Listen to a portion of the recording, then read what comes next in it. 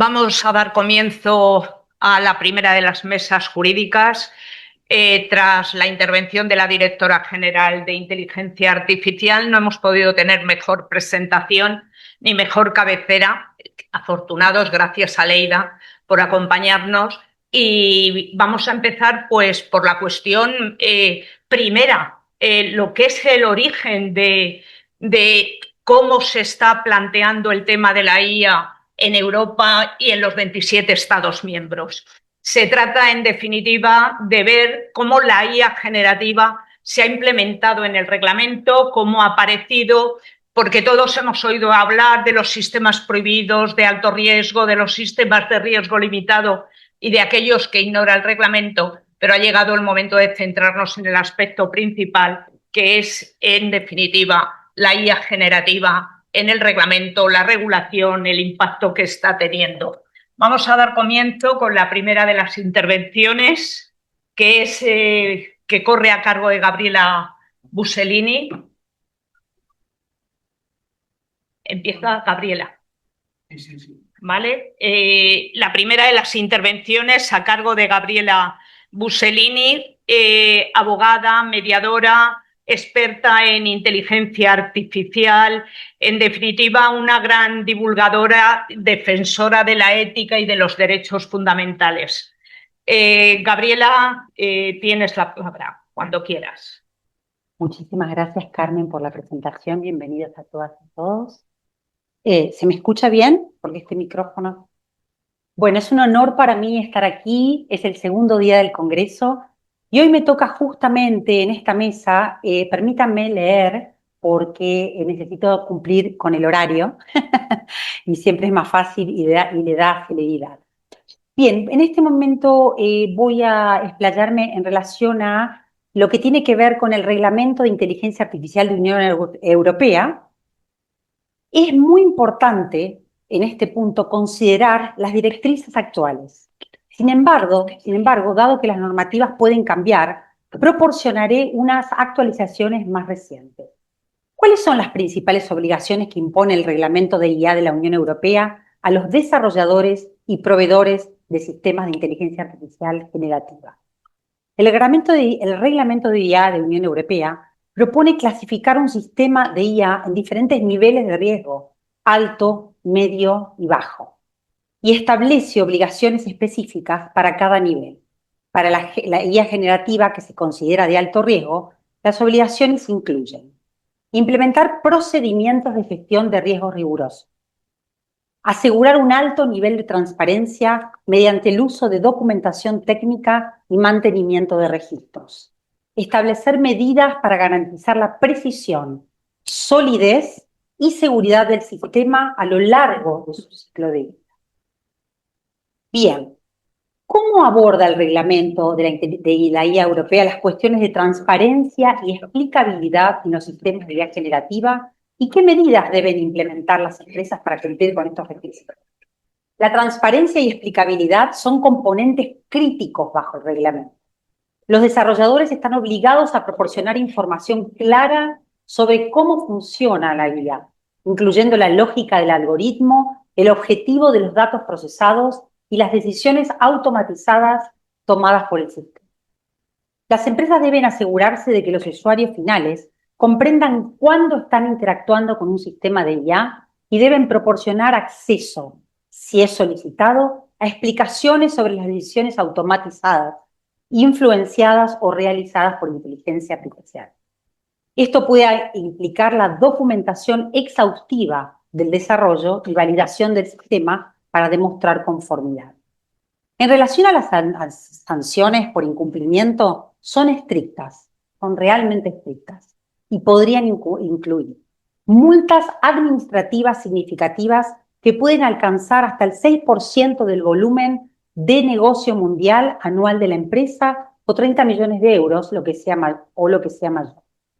Esta cifra entiendo que es la actual.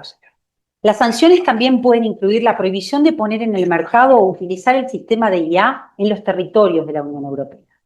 La Unión Europea busca garantizar que las empresas se adhieran estrictamente a las regulaciones para promover el uso seguro y ético. de la inteligencia artificial. Es crucial entonces que las empresas y los organismos trabajen con la inteligencia artificial generativa, monitoreen continuamente las normativas y actualizaciones provenientes del Reglamento de Unión Europea para asegurar el cumplimiento legal y ético de la normativa. Muchísimas gracias, Carmen.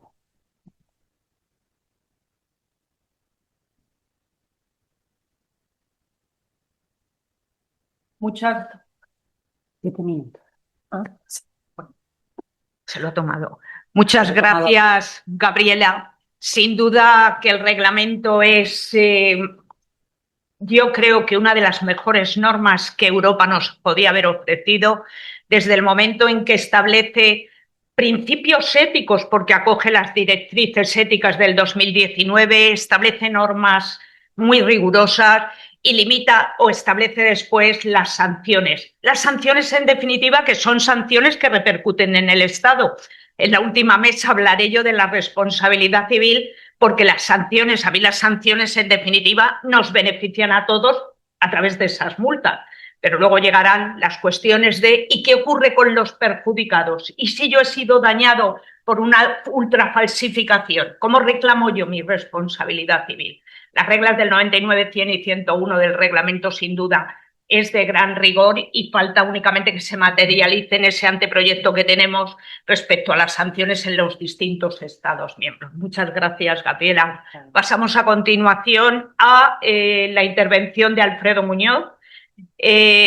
Alfredo Muñoz, pues es profesor de Derecho Mercantil en la Universidad Complutense de Madrid, es en definitiva consejero de Tritemium Capital, del despacho de abogados Teca y Magán, abogado, secretario del Consejo, asesor de Alastria, Blockchain, miembro del Consejo Asesor de la sección de Derecho Bancario del Colegio de Abogados. Ya, se acabó. Se acabó. Y lo que nos va a hablar es de un tema que algunos no localizan en el Reglamento de Inteligencia Artificial, porque en cuanto nos escapamos de esa pirámide que nos proporcionó la Comisión Europea de las 4 categorías atendiendo al riesgo, uno se plantea, ¿y qué ocurre con los agentes? Alfredo, tienes la palabra. Te recuerdo tiempo limitado. Una hora me dijiste. No. Vamos. Has visto que yo he cumplido a raja. Es que yo no me veo cumpliendo también, Gabriel. Yo creo que Gabriela ha sido generosa por aquello de teneros que ceder a cada uno de los demás un minuto. Sí, especialmente. Exacto.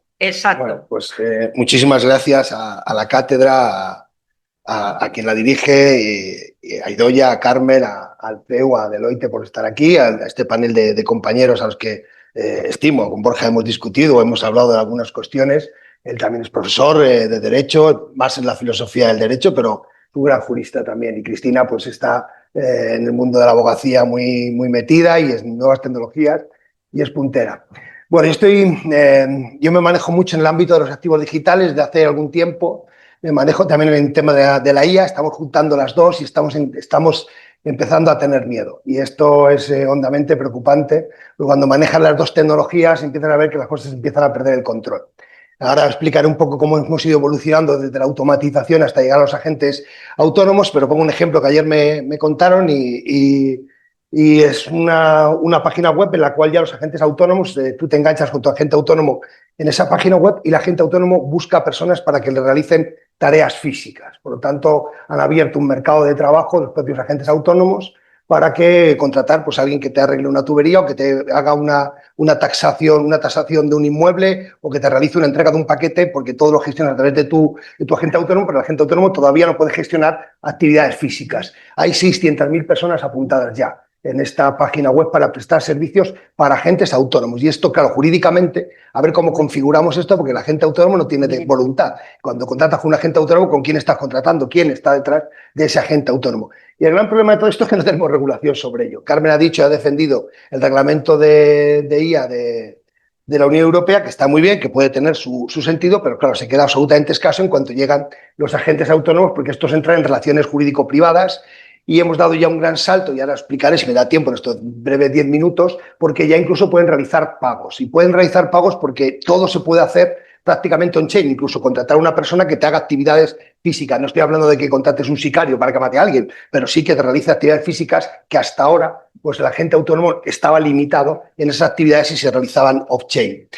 Cuando llegamos a realizar una taxonomía sobre contratos algorítmicos, y los contratos algorítmicos son aquellos que se pueden realizar al margen de la actuación de una persona o con independencia de que haya una persona y por tanto se ejecutan por sí solos bajo determinadas variables, pues tenemos una taxonomía bastante compleja según las actividades realizadas y vemos que los agentes están aquí a lo último en lo que llamamos contratos algorítmicos, que son mucho más de lo que antes llamábamos smart contract. Un smart contract básicamente pues es una máquina de bebidas como la que tenemos ahí, que sigue una lógica booleana tradicional de if-then. Si ocurre este evento, pues se ejecuta el smart contract. Si no ocurre este evento, pues no se ejecuta. Por lo tanto, en esta lógica tradicional de los smart contracts, pues te manejas en un ámbito de la seguridad. Sobre todo te manejas en eso que llamamos el determinismo. Sabes que cuando programas un smart contract y lo puedes programar, porque incluso ahora ya, aunque seas jurista, utilizas una IA y te hace el código, te transforma o te traduce el código de lenguaje natural al lenguaje codificado, pues puedes hacer un smart contract, lo auditas y salvo que haya algún tipo de hackeo, el smart contract va a hacer lo que quieras. Ya tenemos mercados de valores aquí en España, en Europa, que se manejan con smart contract, ya hay un autorizado secundario y vendrán otros 4 a lo largo de este año en el ámbito de la tokenización de acciones, fondos de inversión, bonos, deuda, etcétera, y tenemos un dinero tokenizado, tenemos un dinero que funciona con smart contract.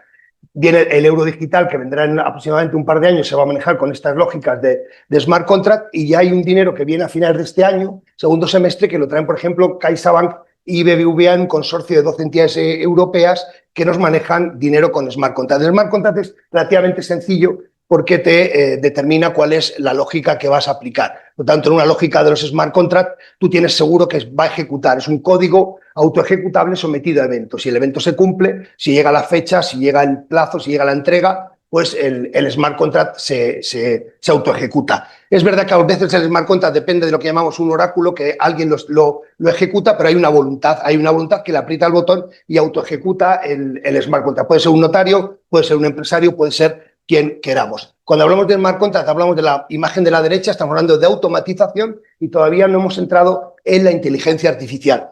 Hasta aquí el colchón de seguridad, hasta aquí da gusto vivir porque tú sabes lo que el smart contract va a hacer. Te va a automatizar procesos, hay de administraciones públicas, todo el sector financiero lo está utilizando para habilitar y eficientar todos sus procesos y entras en el mundo de la absoluta seguridad porque estás en el determinismo. Y eso nos da lugar a la creación de dineros que se pueden manejar on-chain, ¿no? El euro digital, como he dicho antes, pero por ejemplo, pues tenemos Kivalis, el proyecto de Kivalis, que es una stablecoin que emite las entidades bancarias, principales entidades bancarias dentro de la Unión Europea. Y esto me permite, pues, reglas de cumplimiento básicas. Si entregas la mercancía, te entrego el dinero. Si llega a tal plazo y no has cumplido la prestación, no se te paga. Si has cumplido la prestación, se te paga un bonus. Y todo esto está automatizado y llevas a cabo esa ejecución.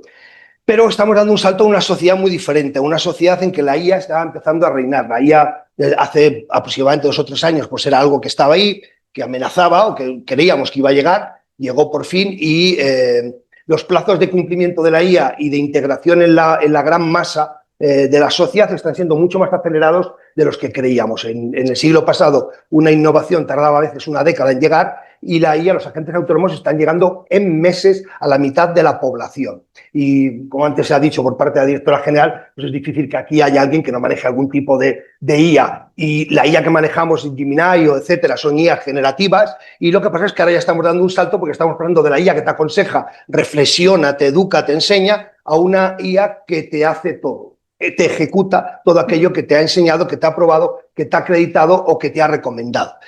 Y eso ya nos da un salto porque empezamos a tener ya smart contracts que empiezan a utilizar precios dinámicos, por ejemplo, y que empiezan a adaptarse según las circunstancias del mercado. Pero todavía no hemos dado el paso a la IA, porque la IA estaría en esta tercera barrera que muchos bancos están todavía pensando que están allí en el nacimiento de las finanzas digitales. Y aquí en España, en cualquier país, y si ya se van a otros sectores territoriales, a otras jurisdicciones, es mucho más complicado. Pero estamos aquí. Y aquí hay una mezcla de 2 tipos de tecnología altamente preocupantes, que son los activos digitales y los agentes autónomos de inteligencia artificial, porque se manejan on-chain.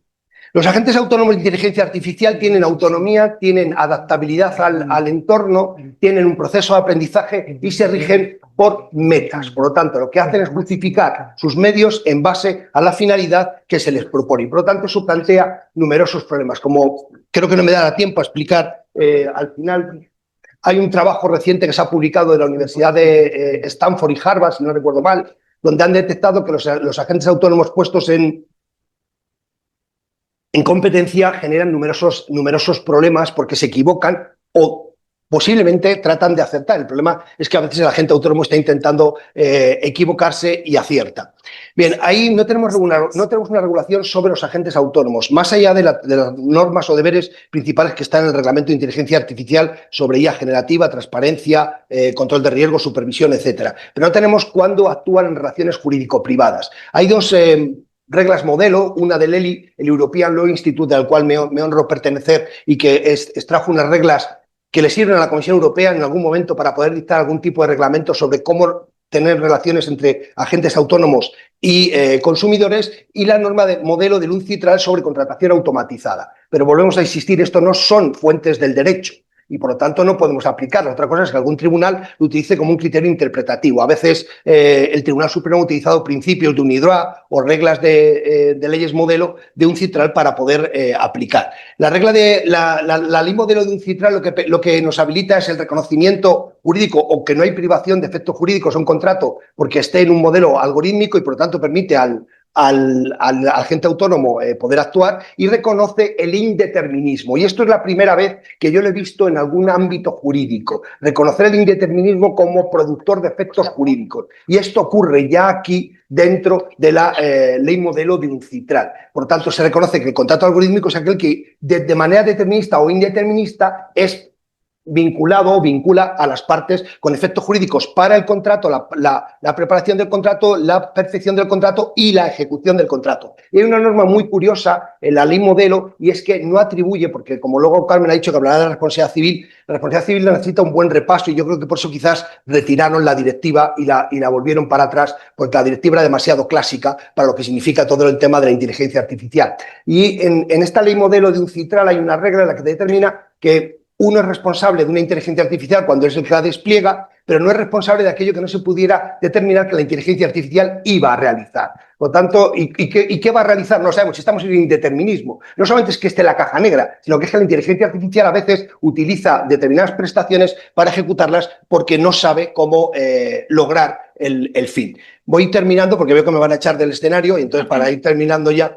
estamos viendo en la norma del ELI, hay una norma muy interesante, reglas muy interesantes sobre la transparencia que se tiene que dar a la relación con un agente autónomo. Y esto creo que supera claramente, pero el ELI no es un fuente del derecho. Otra cosa es que la Comisión Europea lo acepte como tal. Y es que el contrato puede ser declarado nulo por un consumidor cuando el prestador de servicios no te dice que está utilizando un agente autónomo. Por lo tanto, tú tienes que saber, no solamente a efectos de transparencia, de control y supervisión, sino que tú tienes que saber que la otra contraparte, la que te está intentando vender algo, colocar un producto, es un agente autónomo y por lo tanto tiene unas características o habilidades absolutamente excepcionales. Porque, como ustedes pueden ver, el funcionamiento o el modelo del smart contract tradicional, aquel de la izquierda, con el modelo de la agéntica es absolutamente dispar. Y este es un grandísimo problema porque la agéntica es una delegación de la voluntad por parte del sujeto que le entrega. Y esto nos está generando problemas jurídicos de toda índole. Hemos pasado de un sistema tradicional en que un juez o un tercero resolvía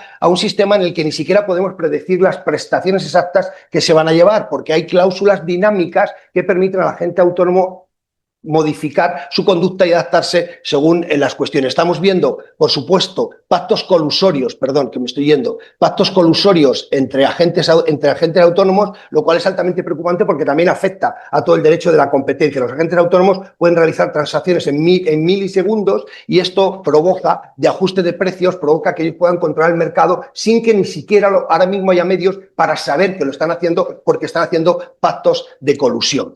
Y tenemos ya agentes autónomos que ya no solamente te recomiendan qué compras o dónde comprar, sino agentes autónomos desde la semana pasada. MoonPay es una infraestructura de mercado de pagos aceptada en Europa, licenciada en Europa, que ya ha sacado un agente autónomo que puede hacer pagos por sí solo, hacer el on-run y el off-run con un agente autónomo. Por lo tanto, tú le das el KYC y el agente autónomo a partir de ese momento utiliza. Y eso provoca serios problemas. Y termino. El tema de la responsabilidad civil está absolutamente cojo, si me permiten esta expresión, y creo que necesitamos una regulación adecuada y ad hoc al régimen de la responsabilidad civil que vaya mucho más allá. El reglamento de IA es un reglamento que nos dice conductas, cuando una conducta viola el reglamento y por lo tanto puede ser culpable, pero es que tenemos muchas conductas que no sabemos realmente lo que está pasando. No tenemos un log de razonamiento porque además la caja negra nos oculta gran parte de ese razonamiento. ¿Qué tenemos y qué deberíamos tener? Y con esto termino. Pues lo que tenemos es un reglamento basado en calificación de riesgos, en que el Human in the Loop es un tema muy interesante porque el Human in the Loop aquí está in the loop, pero es que los agentes autónomos están funcionando con un human out the loop, por lo tanto está fuera del control del propio agente autónomo y por lo tanto el ser humano aquí desaparece y entonces la responsabilidad civil no sabemos ni cómo derivarlo. Y aquí vienen algunas preguntas o algunos planteamientos de innovación que habría que plantearse, innovación jurídica. La IA innova tecnológicamente y necesitamos una innovación jurídica. Tenemos que plantearnos si tenemos que dotarles personalidad jurídica. No me convence esta solución, pero sí tenemos que dotarles de identidad digital a los agentes autónomos, porque la personalidad jurídica está para distinguir un patrimonio del resto, ¿no? Y los agentes autónomos no terminan de tener patrimonio, pero sí nos sirve la personalidad jurídica para dotarle de características personales, nacionalidad, domicilio y sobre todo identidad. Tenemos que poder identificarle para hacer ese log de razonamiento y ver cómo está actuando y cuándo se equivoca, por ejemplo, para excluirle de los mercados. Es decir, que no puedas entrar en un mercado si tú ya has sido señalado, has sido marcado porque tus conductas son irregulares, porque no estás siguiendo la lógica que te ha marcado el que hizo tu despliegue o tu usuario. Y necesitamos solventar el tema de la caja negra. Hay muchos problemas que tenemos en los mercados financieros porque ya estamos empezando a aplicar. Hay gente que está utilizando agentes autónomos en mercados financieros de activos digitales y esto es algo absolutamente sabido y no se sabe cómo invierten. Pero lo cierto es que los agentes autónomos, si no compiten, están generando enormes eficiencias y este es un gran problema. Mil gracias y disculpen por el retraso.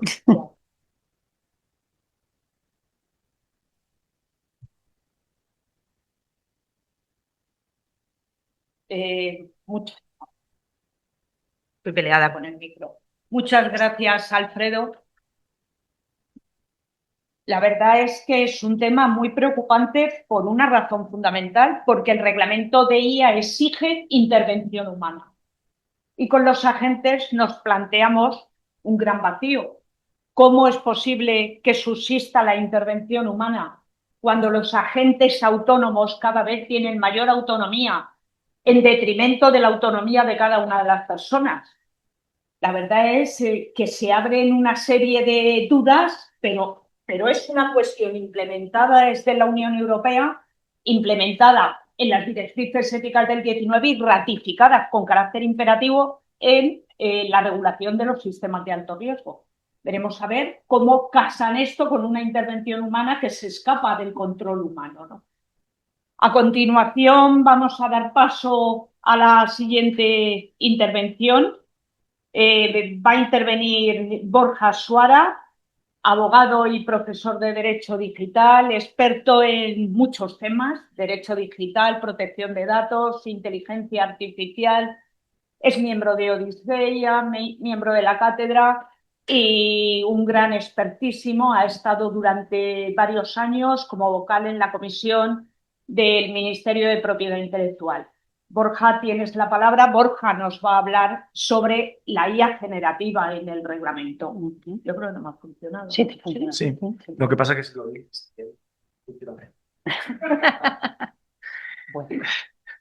bueno, que muchas gracias por la invitación a presentar los resultados de este año de trabajos, que hemos participado en varios congresos, hemos hecho algunas publicaciones, con lo cual la primera parte de mi intervención va a ser pues, rendir cuentas de lo que hemos hecho y la segunda parte pues, me dedicaré como, aunque se habla poco en el Reglamento de Inteligencia Artificial de Propiedad Intelectual, casi a efectos de las obligaciones de transparencia lo llaman, para indicar cuando se genera con inteligencia artificial pues un contenido. Están los considerandos, en el considerando 105, el tema de la minería de textos y datos, que ha dado mucho que hablar, pero que quedó simplemente la percha en un considerando que poca gente se ha leído, porque no está en el articulado siquiera, ¿no? Pero no quería dejar pasar la ocasión, ¿no? Siempre con Alfredo salen temas muy interesantes. Tenemos una conversación pendiente sobre el concepto de personalidad jurídica desde el derecho romano, porque la personalidad es una máscara, simplemente. Es de la máscara del teatro griego que pasó al romano y de ahí al derecho romano, con lo cual ahora que le dan personalidad jurídica hasta el Mar Menor, pues yo ya no sé si un agente puede tener personalidad jurídica en el sentido de identidad, porque la personalidad lo que servía era para identificar, ¿no?, a quién actuaba, y por eso hay personalidades jurídicas. Luego, lo de que tenga un patrimonio o no tenga un patrimonio, pues se puede discutir si eso es un elemento esencial, pero el principal, desde luego. Por eso la máscara está lo del personaje, era el que identificaba el personaje. Y un mismo actor podía tener distintas máscaras según el personaje, ¿no? Con lo cual eso ya es un tema de filosofía, casi de teología, porque es lo mismo que el misterio de la Santísima Trinidad, donde hay un solo Dios y tres personas distintas, en el sentido de tres máscaras distintas con las que se comunica al pueblo elegido, ¿no? Pero bueno, eso es. Yo estoy volviendo a la filosofía del derecho, a mis orígenes, porque yo hice el doctorado en filosofía del derecho. Y además empecé ya en la práctica en el 92 con todas las directivas de propiedad intelectual que poco a poco se fueron uniendo, programas de ordenador, satélite y cable, luego de derecho de propiedad intelectual en la sociedad de la información, etcétera, y ahora ya con inteligencia artificial. Y cada vez vuelvo más a la filosofía del derecho, porque ahora con la inteligencia artificial nos tenemos que volver a replantear conceptos que antes parecía que estaban claros, como el de autoría, como el de obra, como el de creación frente a generación. Y son conceptos que tenemos que tener claro antes de atribuir efectos jurídicos, ¿no? Entonces, para no irme por las ramas, voy a usar a Alfredo de conejillo de Indias. Todas las dispositivas esas con las que nos ha mareado, porque la idea era atontarnos, si no pudiéramos leer todo eso, yo necesitaría una hora para cada diapositiva de esas, se nos ha empezado a pasar y entonces te tienes que creer lo que dice porque no lo puedes analizar. Ponía una cosa que me ha hecho mucha gracia, que es Gemini prompts from Alfred. ¿Y es eso correcto? Es decir, ¿qué hay detrás de esa frase? ¿El autor es Gemini y Alfredo simplemente le ha dado unas indicaciones? Porque no ha puesto by por Gemini.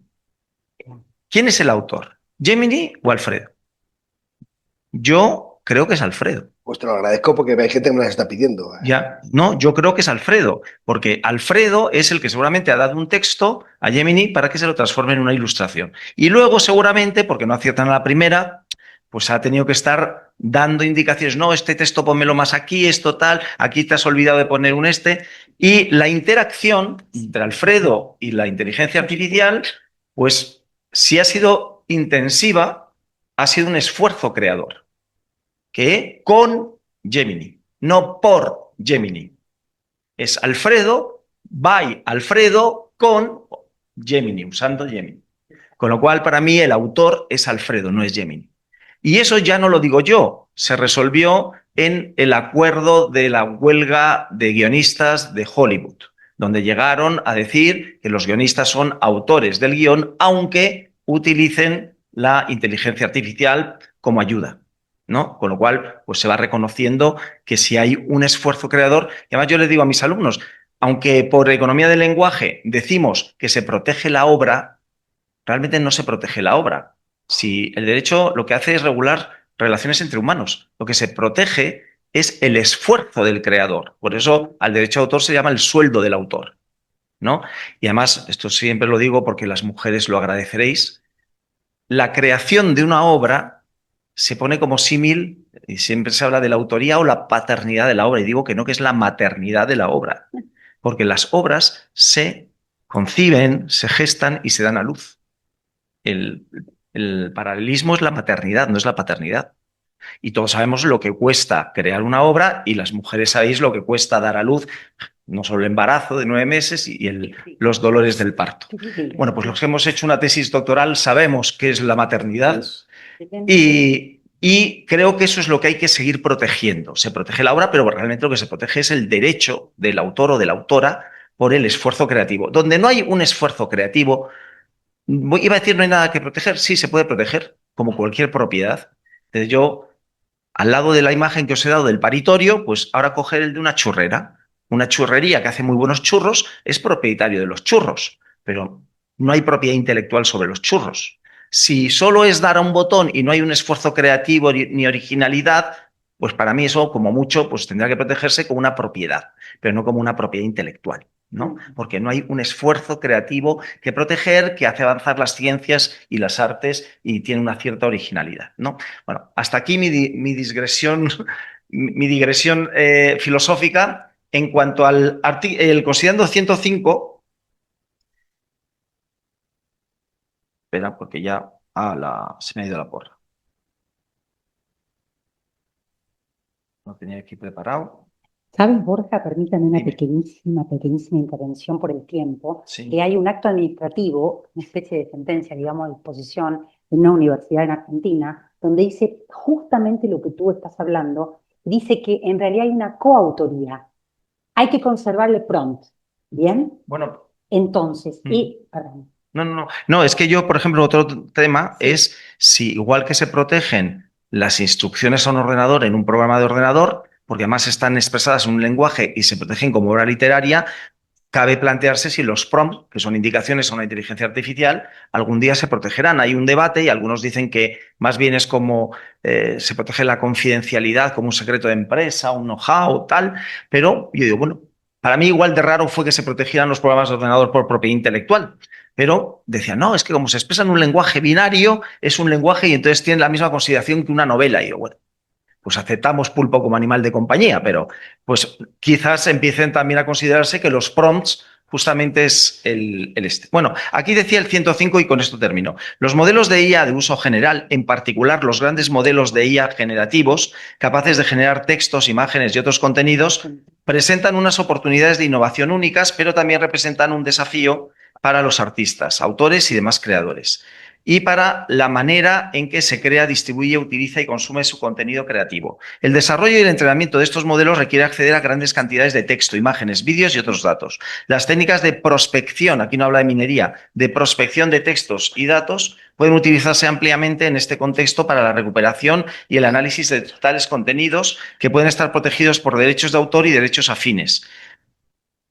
Todo uso de contenidos protegidos por derecho de autor requiere la autorización del titular de los derechos de que se trate, salvo que se apliquen las excepciones y limitaciones pertinentes en materia de derechos de autor. La directiva del 2019 introdujo excepciones y limitaciones que permiten reproducciones y extracciones de obras y otras prestaciones con fines de prospección de textos y datos en determinadas circunstancias. Con arreglo a estas normas, los titulares de derechos pueden optar por reservarse sus derechos en relación con sus obras u otras prestaciones para evitar la prospección de textos y datos, salvo que su finalidad sea la investigación científica. Cuando el titular del derecho se haya reservado de manera adecuada el derecho de exclusión, los proveedores de modelos de IA de uso general deben obtener su autorización para llevar a cabo una prospección de textos y datos con dichas obras.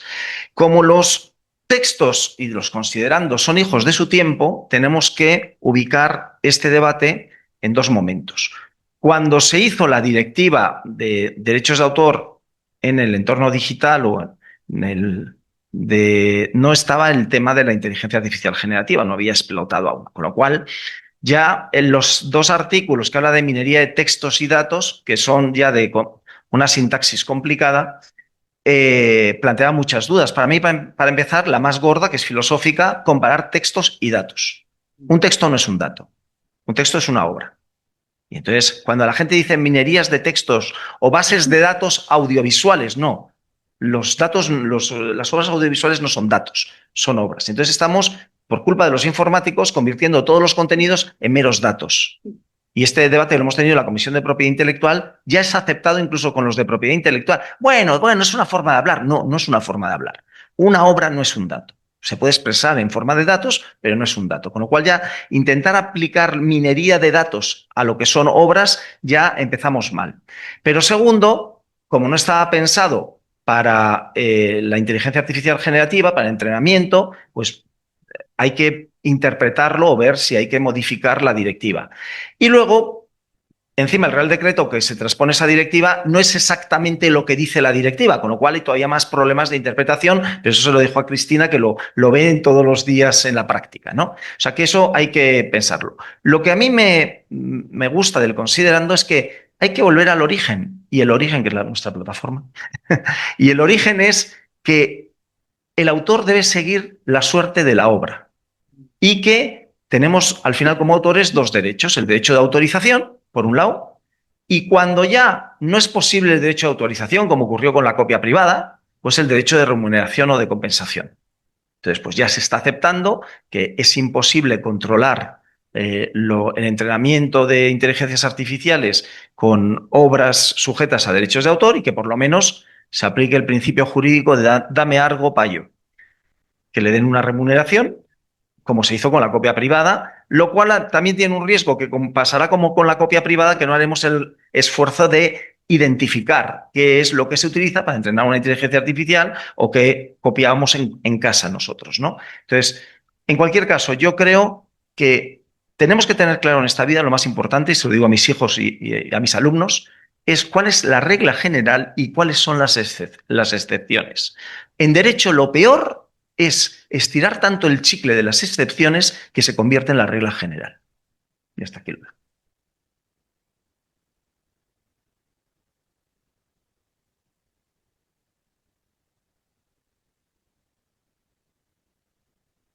Muchas gracias, Borja. Nos dejas ahí unas cuantas lagunas, unas cuantas dudas. Sí. En 7 minutos. 7 minutos, bueno, 10. Cristina es abogada, socia en Garrigues. Para los que no sean de aquí, bueno, Garrigues es famosísimo en todo el mundo.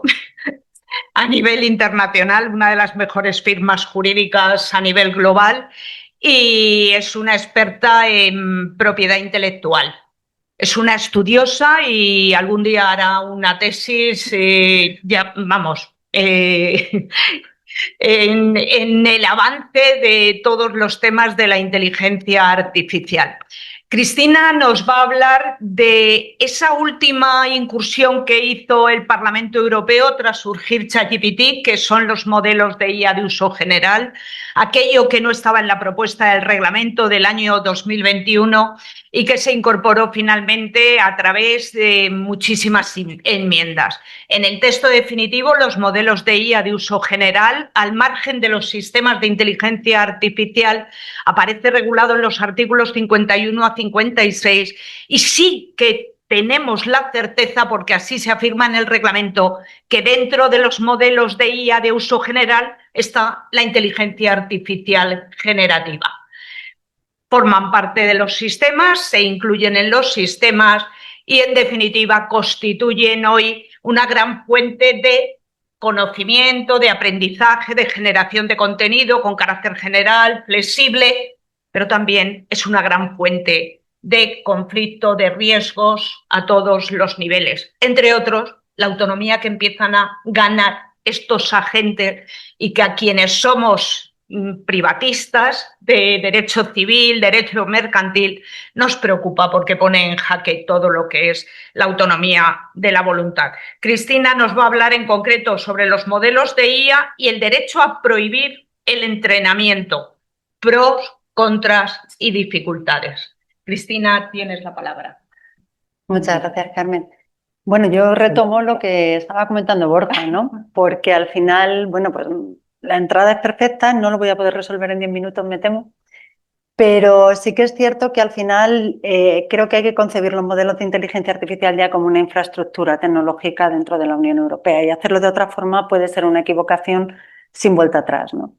Entonces, al final, esta mañana, no sabéis nunca, abogados de EPI, porque no vais a dormir, pero antes de venir, ayer lanzó el Parlamento Europeo su resolución sobre los derechos de autor y la inteligencia artificial. Ayer. Me ha dado tiempo a terminármela mientras terminaba el café. Entonces, pedían una cosa que estaría muy bien, que es Vamos a fomentar la innovación mientras a la vez protegemos los derechos de autor. Entonces esto para mí es la frase de comer y no engordar. O sea, está muy bien, pero ese equilibrio es precisamente lo que va a hacer difícil la evolución de la inteligencia artificial en la Unión Europea. Hay una realidad que nos puede resultar muy dura. No tenemos grandes modelos de lenguaje con sello europeo y tenemos una dependencia tecnológica de modelos extranjeros, estadounidenses y chinos total. Es decir, si no disponemos de estos modelos, pues estará todo muy bien, pero no vamos a poder competir en igualdad de condiciones. Entonces, yo partiendo de las dos excepciones que ha mencionado Borja, la infraestructura, estos modelos cada vez son más commodities, probablemente lo que les acabe diferenciando es la calidad de los datos, entendidos en sentido amplio, obras, contenidos, etcétera, con lo que se entrenan. Y aquí las reglas de la Unión Europea, estoy de acuerdo contigo, Borja, que no se pensaron para esto, pero son las que tenemos, y nos vienen a decir una cosa que en derecho sí que sirve como principio general. Lo que viene a decir la Directiva del Mercado Único, cuando estos grandes modelos de lenguaje quieren navegar por Internet y ingerir contenidos para poder aprender y funcionar bien, es que está permitido, al menos que esté prohibido. Y así funciona. Es decir, la regla general es que tú lo puedes hacer, a menos que el autor haya implementado un mecanismo de exclusión, un mecanismo de opt-out, para los que están más generalizados con la protección de datos. ¿Qué significa esto? Que la gente antes no le importaba, ahora que han visto un posible efecto sustitución, pues les empieza a importar, como diciendo, oye, si vas a utilizar mis contenidos, pues págame. Bueno, tiene dos opciones, no permitas que utilicen tus contenidos y si no, alcanza un acuerdo con el desarrollador del modelo de inteligencia artificial. Por eso a mí me cuesta lo de la remuneración obligatoria, es decir, ya hay una vía para que no entrenen, que es la exclusión. Y si quieres, o sea, quiero decir, yo como, imaginaros que soy la dueña de una editorial y no quiero que entrenen con mis contenidos, mi vía es la exclusión. Luego, si quiero alcanzar, como han hecho muchísimas, por ejemplo, el Grupo Prisa en España ha alcanzado acuerdos, todo el mundo lo sabe, y remuneran, ¿no? Pero estos son remuneraciones individuales. Así que no sé muy bien cómo se va a mover el modelo. Pero desde un punto de vista práctico, como comentaba Borja, hay 3 sentencias que voy a comentar muy breve que creo que están definiendo el ecosistema. La primera es del Reino Unido, Getty, que si conocéis es esta librería de imágenes, la más grande del mundo, que demandó a un sistema de generación de imágenes que se llamaba Stability. La demanda es muy curiosa porque, claro, llama mucho la atención. La demanda vino por imágenes generadas en las que se veía la marca de agua de Getty. O sea, de menor o peor, porque ¿qué había pasado? Que habían utilizado tantas imágenes de Getty que el sistema había aprendido o pensaba que era normal que las fotografías llevasen la marca de agua de Getty, cuando no era así. Pero bueno, al final, ¿qué ha pasado? Cuando han resuelto el caso en el Reino Unido, lo que han decidido es que, uno, el entrenamiento se llevó fuera, se entrenaron fuera del Reino Unido, con lo cual la posible reproducción y transformación no autorizada de esas obras no sucedió en el Reino Unido, con lo cual hay un tema de competencia. ¿Consecuencia directa que tiene esto? ¿Qué le diríais vosotros a un desarrollador? Pues no entrenes en la Unión Europea, no entrenes en el Reino Unido, si el marco no va a ser el adecuado. ¿Consecuencia que puede pasar? Aquí no cobra nadie. Es decir, si al final acaban entrenando fuera, vamos a tener 2 consecuencias desde un punto de vista de políticas públicas. Va a haber sesgos porque no va a haber contenidos europeos y los autores europeos no van a cobrar porque no van a entrenar aquí. Pero esto que parecía inabarcable, segunda sentencia, una de las sociedades colectivas en Alemania, Gemma, contra OpenAI, que fueron muy inteligentes. No sé si adecuado, pero dijeron, uy, esto de escaparos así, con lo de que no entrenáis aquí, no os lo vamos a comprar. Y han ido a una construcción de los modelos de inteligencia artificial muy curiosa. Porque hicieron una prueba, la prueba pericial técnica es una sentencia muy recomendable, si os gustan los temas de inteligencia artificial porque lo explican muy bien. Y lo que vienen a decir es que en el proceso de aprendizaje, cuando esos contenidos, esas obras, se convierten en vectores, en matemáticas, que es lo que hacen los modelos de inteligencia artificial, lo que dice el tribunal alemán es que memoriza patrones, es cierto que son números, pero que si le das el prompt adecuado, materializan, o sea, de alguna forma memorizan el contenido con el que tú aprendes. Y así se saltan el problema de la territorialidad, porque dicen, oye, está memorizado aunque no se haya materializado, de forma que cuando yo ejecuto la obra, tú estás preparado para hacer la reproducción de la obra con la que te he entrenado. Con lo cual, el modelo en sí ya es infractor. Fijaros la construcción tan un poquito alambicada, ¿eh? Yo no sé, está pelada la sentencia, yo no sé si esto va a funcionar. Yo personalmente creo, sí, pero yo creo que no, o ¿Va a sea, prosperar? y sobre todo creo que va a haber metodologías, esto fue con GPT-4, probablemente ya hay guardarraíles, ya hay métodos para que esto no pase. O sea, al final son problemas de memorización, de un diseño inadecuado del sistema en el que tú, en cierto modo, utilizas tantas veces una imagen que el sistema o un contenido que el sistema lo acaba memorizando, con lo cual se acabará reparando, es decir, se acabará solucionando. Y el tema está también en el que, ¿qué haces entonces? Quiero decir, si al final tienes un sistema que memoriza, el sistema entero es ilícito. O sea, ¿cómo van a ejecutar esa sentencia? Yo voy a lo práctico, porque no se trata de remunerar, se trata de, ¿tengo yo derecho a pedirle que borre lo que ha memorizado? Porque eso supone, ¿cómo lo hago? ¿Cómo hago esto en un gran modelo de lenguaje? Y ya la última, insisto, está pelada, ¿eh? Es una sentencia de primera instancia. Lo que a mí me ha llamado la atención es que lo que correspondería en nuestra audiencia provincial y la primera instancia no ha considerado necesario elevar ninguna cuestión prejudicial al TJUE, con lo cual parece que lo tienen bastante claro. Ya veremos lo que van a hacer en segunda instancia. Y la última, no sé si voy muy mal, es una sentencia sobre el mecanismo del opt-out, que esto me parece tremendamente interesante porque va a la parte práctica. Bueno, entonces, si lo que está prohibido, perdón, si lo que no está prohibido está permitido y yo lo quiero prohibir, ¿cómo lo hago? Porque lo que viene a decir la directiva y en cierto modo valida el reglamento de inteligencia artificial es que para excluirme, para decir con mis obras no entrenes, yo tengo que tener un mecanismo de opt-out válido y eficaz. ¿Qué significa esto? Pues hubo otra sentencia alemana también, el caso Lyon, en la que en primera instancia se consideró que la mera inclusión de una línea en los términos y condiciones diciendo no está permitido entrenar con el contenido de esta web era suficiente. A mí esto personalmente me parece una barbaridad. Es cierto que el juez fue bastante pragmático y dijo, bueno, si sois capaces de crear modelos de lenguaje que hacen obras tan elaboradas o generan creaciones tan elaboradas, digo yo que podréis leer unos términos y condiciones, pero no funciona así. Al final los entrenamientos son muchísimo más complejos y lo que vino a considerar el tribunal alemán en segunda instancia es lo que yo creo que es lo correcto, que tienen que ser mecanismos que permitan que las máquinas se comuniquen entre sí. Algo a lo que estamos muy acostumbrados. O sea, esto parece muy sofisticado, pero Google lo lleva haciendo décadas. Se llaman robots TXT, básicamente una máquina es capaz de leer una prohibición de forma automática y sin necesidad de interpretar. Entonces pasamos de un mundo, digamos, de mecanismos de exclusión legibles a mecanismos de exclusión accionables, donde las máquinas hablan entre sí y tú te puedes excluir. En el RIA, esta problemática práctica que os estaba contando se intenta abordar a partir de ese considerando que citaba Borja con dos artículos que van encaminados a proteger a los autores, aunque afortunadamente no se ocupa de la propiedad intelectual porque no es su finalidad. O sea, para eso están las directivas y para eso está la normativa de propiedad intelectual. Pero lo importante es que lo que le viene a decir el RIA a los desarrolladores de grandes modelos de lenguaje, que son los que utilizan masivamente contenidos, es: uno, quiero que publiques una lista que me dé información sobre cuáles son las obras con las que tú has entrenado, dónde has entrenado. Y aquí tenemos un problemilla con, claro, entre mi modelo de negocio y mi derecho a tener un secreto. Es la fórmula de la Coca-Cola, con que entreno o dejo de entrenar.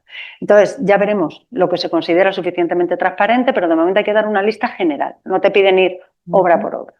Y el segundo es que tengas una política de propiedad intelectual en el que expliques cómo estás respetando los mecanismos de opt-out. Y aquí dentro está el Código de Buenas Prácticas que publicó la Comisión Europea el verano pasado, al que se han adherido prácticamente todos los modelos grandes de lenguaje, creo que menos Grok, que es el niño rebelde de la IA. Y básicamente, pues bueno, tendremos que interpretar, no son obligatorios, son voluntarios, pero es verdad que en un mundo de incertidumbre como el que tenemos ahora, pues es una buena guía para decir por dónde cree la comisión que estás haciendo las cosas bien. Como conclusión, ya que no tenemos los modelos, intentemos por lo menos construir una infraestructura sólida, depurada sobre esta capa de, perdona, Borja, datos, por simplificar.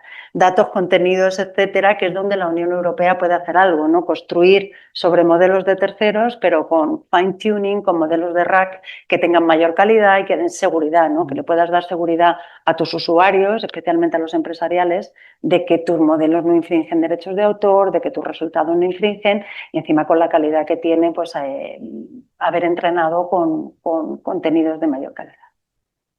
Bien. Sí. Consumo mi turno ese de preguntas para añadir esto. Si no había. Que es, Determina. a ver, estoy muy de acuerdo con todo lo que ha dicho Cristina, salvo lo de dato y obra, pero bueno, que Era por molestar. fustígate cada vez que digas dato para referirte a una obra. Pero, a ver, yo os cuento una cosa porque hablamos directamente del entrenamiento de IAS con obras y nos saltamos un punto que yo al principio pues no lo conocía y cuando lo conocí, ¿sabéis qué es Common Crawl? Sí. Bueno, tú sí, claro. Si no lo supieras tú ya me preocuparía.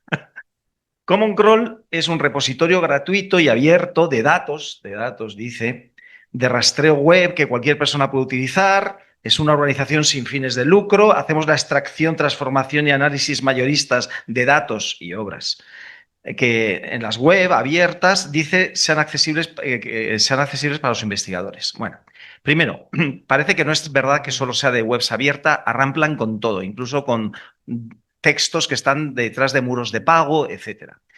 Segundo, es un tema grave porque Alía, que ya no está aquí la directora general, parece que en un 85% se ha entrenado con Common Crawl. Y hay obras protegidas sin haber pedido las autorizaciones, que un modelo público se entrene sobre un repositorio que no cumple con la ley de propiedad intelectual, por eso están hablando ahora con el Ministerio de Cultura a ver cómo lo resuelve, ¿no? Segundo, que dice que es sin ánimo de lucro, pero los que luego entrenan sus inteligencias artificiales en Common Crawl sí tienen ánimo de lucro, ¿no? Con lo cual dices, oiga, en primera instancia no, pero si al final se van a entrenar, dame algo payo, ¿no? La remuneración. Entonces, mi problema es que lo que hace Common Crawl no es entrenamiento, porque además no es simplemente el dato o la obra cruda, sino que es un acto de reproducción, que ese sí se requiere una autorización. Porque están arramplando por todos los contenidos de Internet y luego los tienen que adaptar para que luego las empresas de inteligencia artificial puedan entrenar sobre ellos. Luego hay un acto, por lo menos de reproducción y no sé si de transformación, porque tienen que adecuarlo para que puedan adaptarlo. Y entonces lo que yo todavía no he entendido es por qué no hay demandas, ¿no?, contra Common Crawl y los repositorios que hay por ahí. Porque luego lo otro, el entrenamiento y tal, pues ya es un segundo paso. Pero luego además, sobre la información de detallar, a mí lo leí y me hizo gracia. Dice, se han creído que esto es una tesis doctoral donde pones la bibliografía al final y pueden ser millones de datos y documentos, ¿no? Lo que sí creo que, y hay una idea por ahí que me parece interesante, primero estoy con Cristina en que esto puede ser un dato estratégico como hacerlo público. Realmente lo que quieren saber son las entidades de gestión. O sea, lo que quieren es las entidades de gestión saber por qué, para identificar el uso y el reparto, ¿no?, de con qué se ha entrenado. Y si se cumple o no se cumple el opt-out y se respeta. O sea, que eso yo creo que se puede salvar dando la obligación que tienen a las entidades de gestión de eso. Pero al final, lo que creo, y voy a hacer de gurú, es que los que quieran cumplir con la propiedad intelectual harán repositorios con una marca que diga este repositorio solo hay contenidos o que no están protegidos por derechos de autor, que están en dominio público, los que están con licencias Creative Commons, lo que sea, o aquellos que están sujetos con copyright, pero hemos llegado a acuerdos. Y entonces tendremos repositorios que cumplen la legislación de propiedad intelectual y repositorios que no nos consta. Incluso puede haber una autoridad externa que certifique qué repositorios lo pueden cumplir. Entonces, el que vaya a entrenar, pues sabe que está haciéndolo de una forma legal. Con lo cual bastará decir, ¿con qué repositorio has entrenado tu IA? Con este. Ah, ese es de la lista blanca. Ah, ese es de la lista negra. Entonces, pues se podrá ir simplificando esta obligación, porque desde luego decir todas y cada una de las obras que se han entrenado, yo creo que la lista sería un poco interminable. Sí, sí. O sea, al final va por ahí. De hecho, la Comisión le va a encomendar esto a la Oficina Europea de Propiedad Intelectual, según parece. Pero claro, o sea, le da mucha seguridad y sobre todo en modelos de verticales muy reguladas. Es decir, los usuarios no quieren pagar por un modelo de inteligencia artificial mucho tiempo. O sea, el usuario, pero no quiere pagar por nada. Pero claro, luego una farmacéutica o un banco, pues obviamente no van a poner en riesgo sus empresas con modelos que no son limpios. Y de hecho los grandes proveedores se les pide y están concediendo indemnidades contractuales en materia de propiedad intelectual, en el sentido de yo contrato tu servicio en modelo enterprise siempre y cuando, si pasa cualquier cosa con una infracción, tú eres el responsable. Tiene sentido, ¿no? O sea, tú me estás dando un producto, asegúrame que no infringe, una garantía de goce pacífico. Entonces pasará, y de hecho hay mecanismos, una rama bonita, donde creo que además todo el tema de IDAS y tal es la trazabilidad de los contenidos con los que entrenas. Esto no tienes que revelarlo, pero sí te da una capa probatoria y de confianza muy interesante, ¿no? Tú haces un rastreo con sellos cualificados sobre los contenidos con los que has entrenado, preconstituyes pruebas sobre cuál es el origen de tus datasets y lo tienes ahí guardadito en caso de que te haga falta. No digo que tengas que revelarlo, pero tienes una capa probatoria que te puede dar una ventaja competitiva en ciertos mercados. Tampoco hay que ser inocente, insisto. Si tú quieres vender cientos de miles de suscripciones, esto no es tu palanca. Pero si lo que estás vendiendo es IA en otras verticales, pues sí puede serlo. Hombre, lo que yo creo. Muy bien por las aclaraciones. Antes de daros un minuto a cada uno para que le veáis alguna conclusión, ¿alguien del público quiere hacer alguna pregunta? ¿Alguien presencial o online? ¿Alguna gente, como dice Borja? Bueno, pues a ver, empezamos. Alfredo, empiezo. ¿Pero qué quieres? ¿Que de otra conferencia? Conclusión. Ni una más. A ver, yo creo que tenemos que ser conscientes de que no controlamos la IA, tenemos que ser conscientes de que la sobreregulación es mala, pero en este momento creo que no tenemos una regulación adecuada a los riesgos que se están manejando con la IA en todos los aspectos, ¿no? Por lo tanto, creo que tiene que haber un análisis profundo e intensivo al margen de lo que haga Estados Unidos. ¿Vale? Es decir, que Estados Unidos tiene un modelo de producción y de integración dentro de su actividad, pero tenemos que integrar y tenemos que tratar de entender una cierta internacionalización. Esto es un fenómeno transfronterizo de carácter global, en el que además cada uno individualmente puede construirse su propia IA. Estamos encontrando muchos problemas porque hay, por ejemplo, Google tiene un protocolo de diseño de agentes autónomos y solo acepta determinados agentes autónomos que vengan con cierto control, ¿no? Un control a priori, un control a posteriori, es decir, de objeción o de información. El cliente le dice, tú puedes hacer esto, o antes de hacerlo, pregúntame, el de objeción.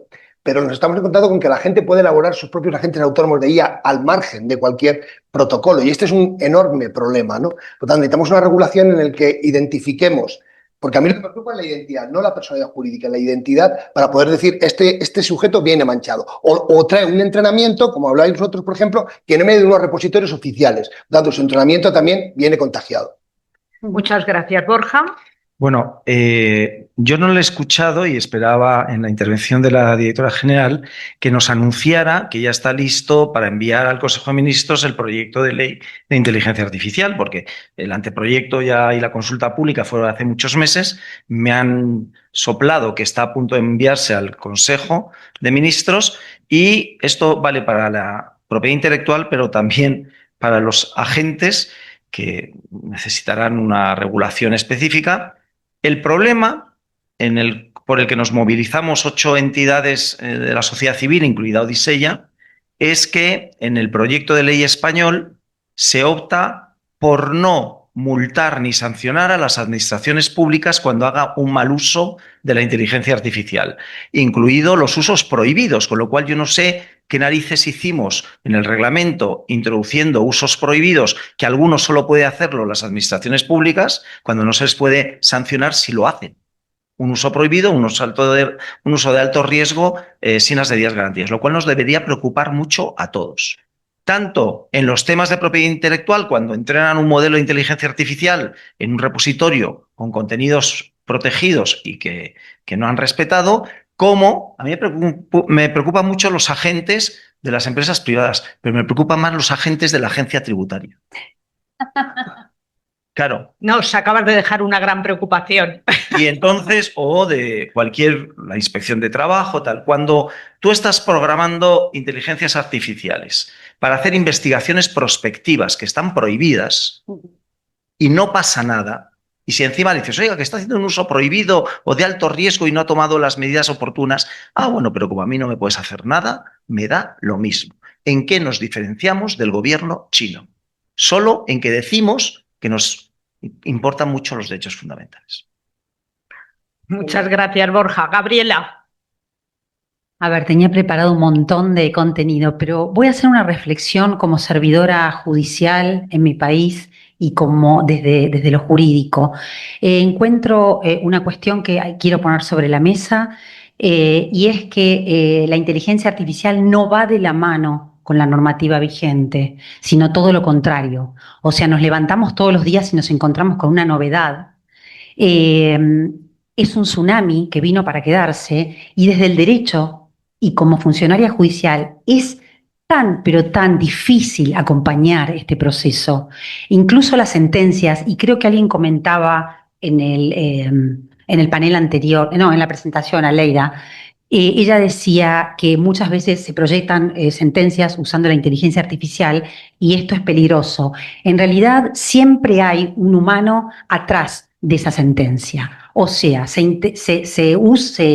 el asistente es muy importante y es una enorme herramienta, pero siempre hay un funcionario judicial atrás, bien, para cotejar, para ver, para dar el visto final, con lo cual dejo sobre la mesa esta pregunta y un escenario no apocalíptico, porque yo no lo soy en relación a la inteligencia artificial, sino todo lo contrario, pero sí un tema de preocupación y ocupación, ¿no? Que en verdad necesitamos que la norma empiece a moverse, la legislación y la normativa vigente empiece a moverse, no a ritmo de la IA, pero que vaya acompañando de alguna manera este tempo. Muchísimas gracias. Muchas gracias. Cristina.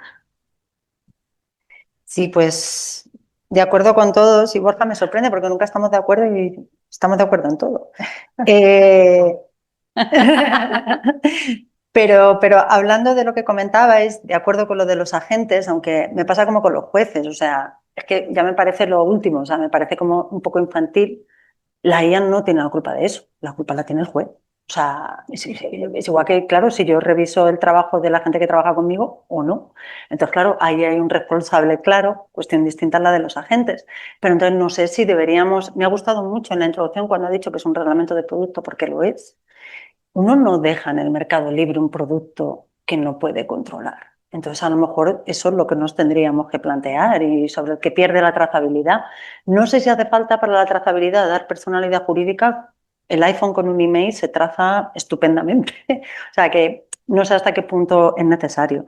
Pero para que veáis hasta qué punto la gente está perdiendo los papeles, y lo digo porque esto viene del Parlamento Europeo y en línea también con lo que, y no digo perder los papeles en el sentido mal, sino que yo creo que está todo el mundo muy nervioso. Lo que comentaba Ursula von der Leyen del viejo orden internacional ha desaparecido. Hay mucho nerviosismo con este tema. Ha habido un considerando de estas conclusiones de ayer, que claro, tú lo lees y te dan ganas de irte a comprar un rebaño de ovejas y dejar el mundo, ¿no? Te dice, considerando el riesgo de desaparición gradual de la dimensión humana de la creación en favor de los contenidos generados por IA, además de socavar la viabilidad económica del sector creativo, supone un riesgo existencial para la sociedad y las democracias europeas, ya que difumina los límites entre lo verdadero y lo falso, así como la percepción del discurso y sus autores, y altera las facultades cognitivas y el pensamiento crítico. Hombre, no sé, quizá una manzanilla o algo. O sea, es un poco exagerado el tema, ¿no? Es decir, la IA no nos controla a nosotros y no sé por qué estamos pensando que hemos perdido esa autonomía de controlar un software. Por si en algún momento nos lo ha dicho alguien. O sea, si cambiamos la palabra IA por software, el discurso empieza a parecer un poco más racional. Entonces, controlemos los efectos que puede tener ese software, ¿no? E intentemos racionalizarlo un poco. Pues muchas gracias. La verdad es que hay que recuperar el humanismo y en la era de la IA hay que volverse más humanista que nunca porque si no, efectivamente, nos hemos vuelto todos locos. Muchas gracias. 2 minutos para el cambio de mesa en la que falta Loli Hernández por un tema personalísimo y urgente, con lo cual el retraso de esta mesa se compensa.